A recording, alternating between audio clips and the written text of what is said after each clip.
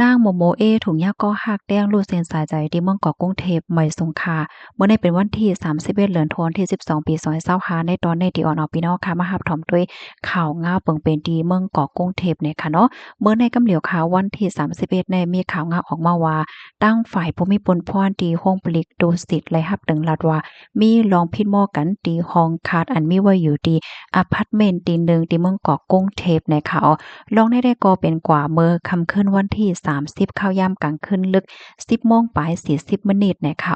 เพราะว่าผู้มีปุนพ่อนเขากว่ากดทัดเหี่ยวในกอและก็ฮบทบหันคาบโต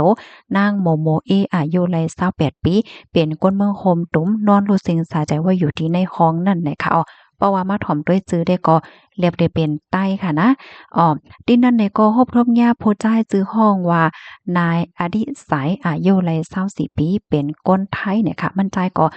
ปายกว่าดังไหลค่ะเนาะมีไว้อยู่ดินนั้นเฮ็ดจังไหนคะนะกำเนิดเลยต้องเลยถามมั่นใจเสียก่อนลาดว่า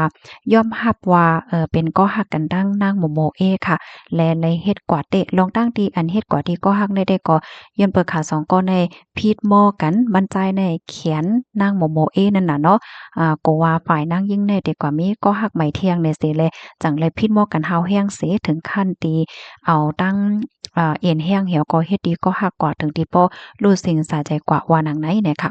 ทางฝ่ายภูมิพลพรเขาเนี่ยก็ไล่เอาโตขับโตนางโมโมเอเนี่ยส่งกว่าที่ห้องยาเปิดดาเตทัดด้วยลองตั้งไล่หกย้อยยำมันสืบกว่าว่าไหนค่ะข้อมูลในกอค่ะเลยปืนมาดีห้องการข่าวมาดีชนออกไว้เนี่ยค่ะนะเมื่อเร็วได้ก็ตึกโฮกข้อมูลบอกกันได้ก้อยเนี่ยค่ะเนาะข่าวเงาก็ตึกออกมาก้อยเนี่ยค่ะนะปอแม่พี่น้องมันนางจ่องปลาฮูกข่าวก่อมฮู้เหย้าเนี่ยค่ะเนาะหนังหือสมบ่เตจังเลยรับฮูกกันนำไว้ๆนั่นก็จอยกันสืบเปิ้นแพ่แชร์กว่าเซกัมเนี่ยค่ะเนาะ นี่ก็เป็นแจมลีจ้อมในค่ะนะอ๋อค่ะหมวยทรงค่ะ